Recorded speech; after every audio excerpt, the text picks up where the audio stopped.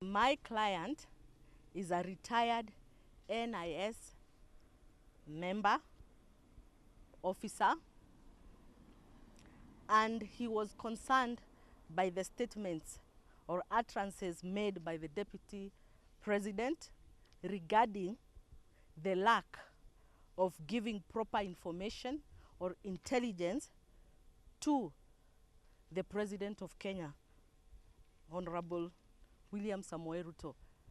And that is why there was maandamano and the Gen Z revolution. So my client was affected by those sentiments because him being a retired NIS member felt that he was associated with a team that was not competent enough to advise the president accordingly. On E013 of 2024, before Honorable Justice Richard Mwongo at Kirinyaga Law Court. That is where the petition is going to be heard, and it's going to be heard on the 8th of October 2024. So we are hoping he's going to appear, or he's going to send a representative. Of course, we've also sued alongside the Attorney General, but we have also served the Attorney General. The petition is that there be a declaration that the constitutional rights of the applicant, that is Thomas Kimoto, as provided for under Article 10, Article 27, Article 28, Article 29, and 47 of the Constitution of Kenya 2010 have been violated by the respondents. And that the first respondent, that is Honorable Rigathi Gachagua, the Deputy President of Kenya, to issue an apology to the NIS members and staff or any person affiliated to the NIS for the utterances and or speech made on the 26th June 2024 at Mombasa. Of course, the cost of the petition and any other relief the court may deem fit. It's under the notice of motion, where we are seeking a temporary injunction against any arm of the government, and more specifically the Parliament and or National Assembly and or Senate, from conducting or carrying out any impeachment proceedings against the first respondent, the Deputy President of Kenya, Honorable Rigathi Gachagua, pending the hearing and determination of this application. That prayer is going to be heard on the 8th of October 2024. We also have another prayer, which is in the main petition, whereby in the main petition we are seeking a declaration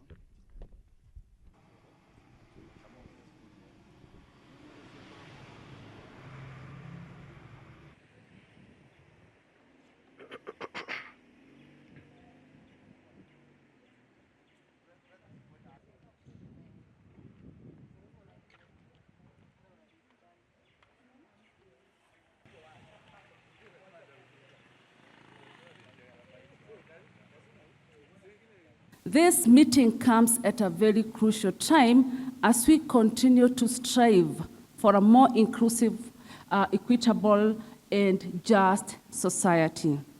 Gender equality is not only a fundamental right, but also a prerequisite for achieving sustainable development.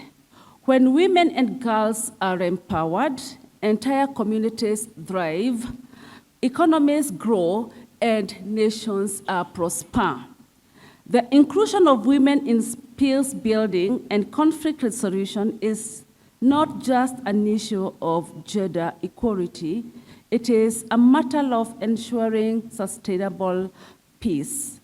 Women are powerful agents of change, and their leadership in peace processes lead to more lasting and inclusive outcomes for communities and nations.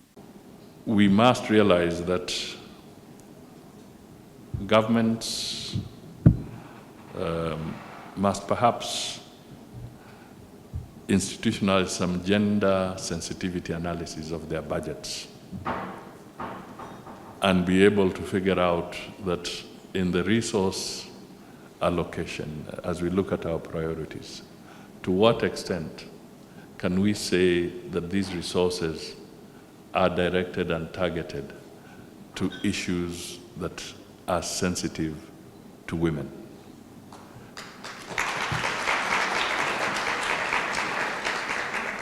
I speak to this because we cannot, in dealing with the women's agenda on Africa, continue to be speaking about development partners supporting us.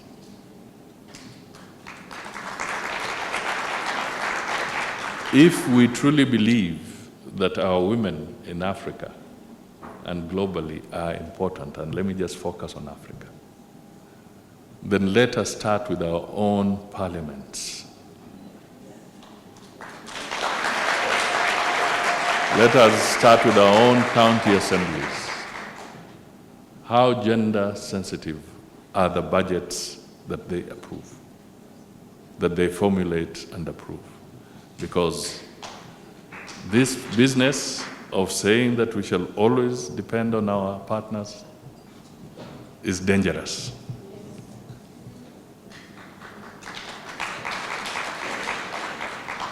There is something that is called donor fatigue.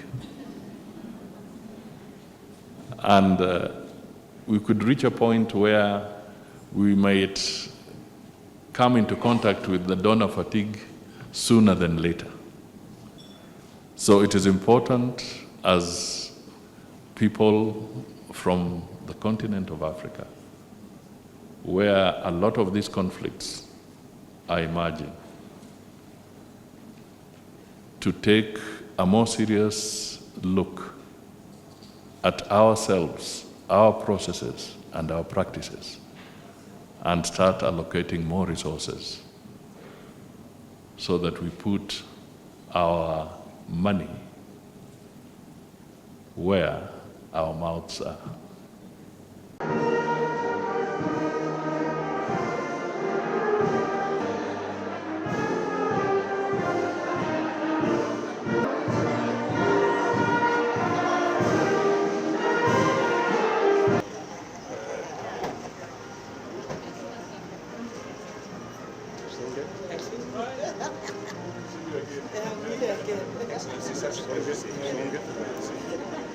And heritage.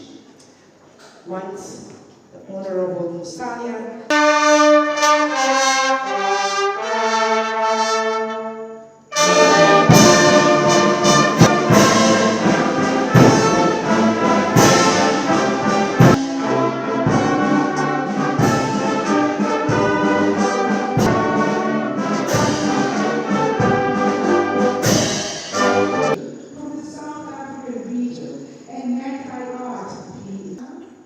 We also have representation from Senegal.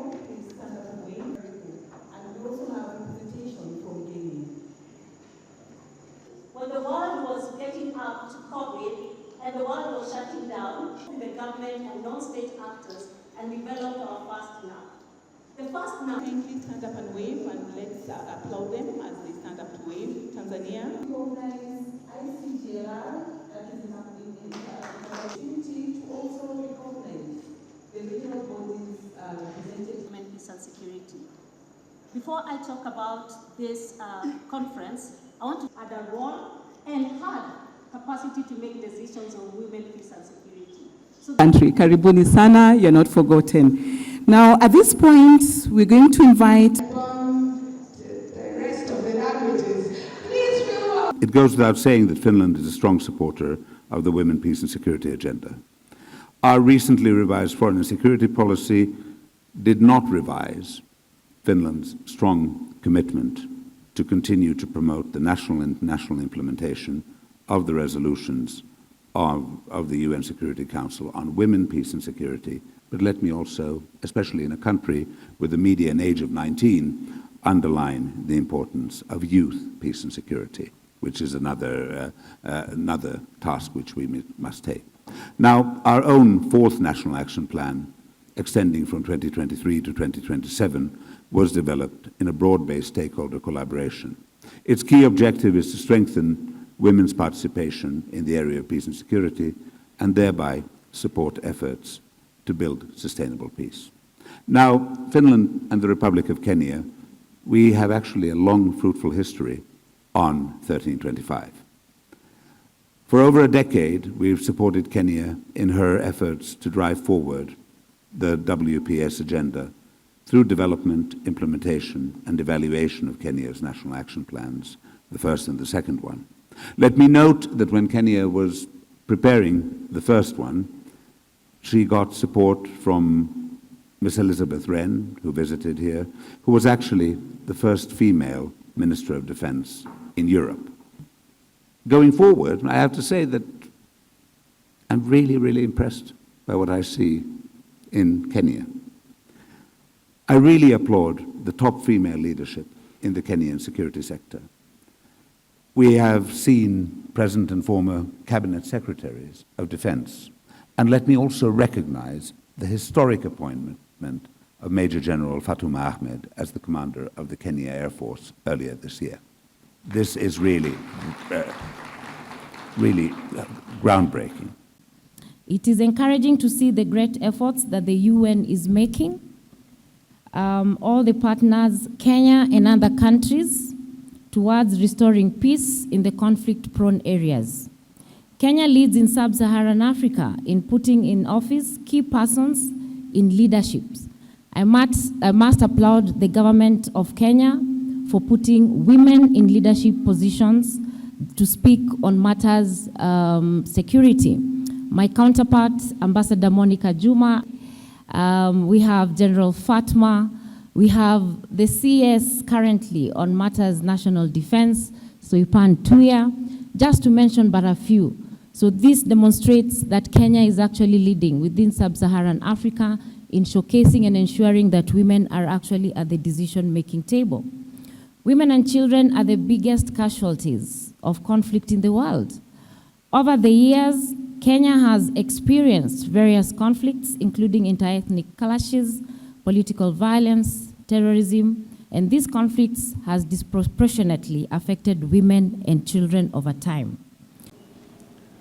Countries worldwide have developed national action plans to implement the United Nations Security Council Resolution 1325, raising awareness of the unique challenges women face in conflict and post-conflict settings.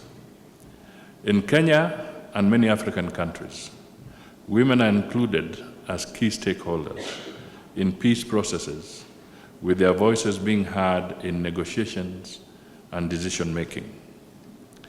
I will assure you that Kenya fully supports this global agenda. We have already embarked on the development of Kenya's third National Action Plan, that is the NAP 3. This gives us an opportunity to leverage on our past achievement to define a more constructive engagement of women in future peace processes. The road ahead demands even greater ambition, strategy, and inclusivity. We must localize efforts, strengthen accountability, and establish robust mechanisms for tracking progress, measuring impact, and holding actors accountable for their actions. With real-time data, transparent reporting, and dedicated funding, we can ensure that we are achieving tangible results.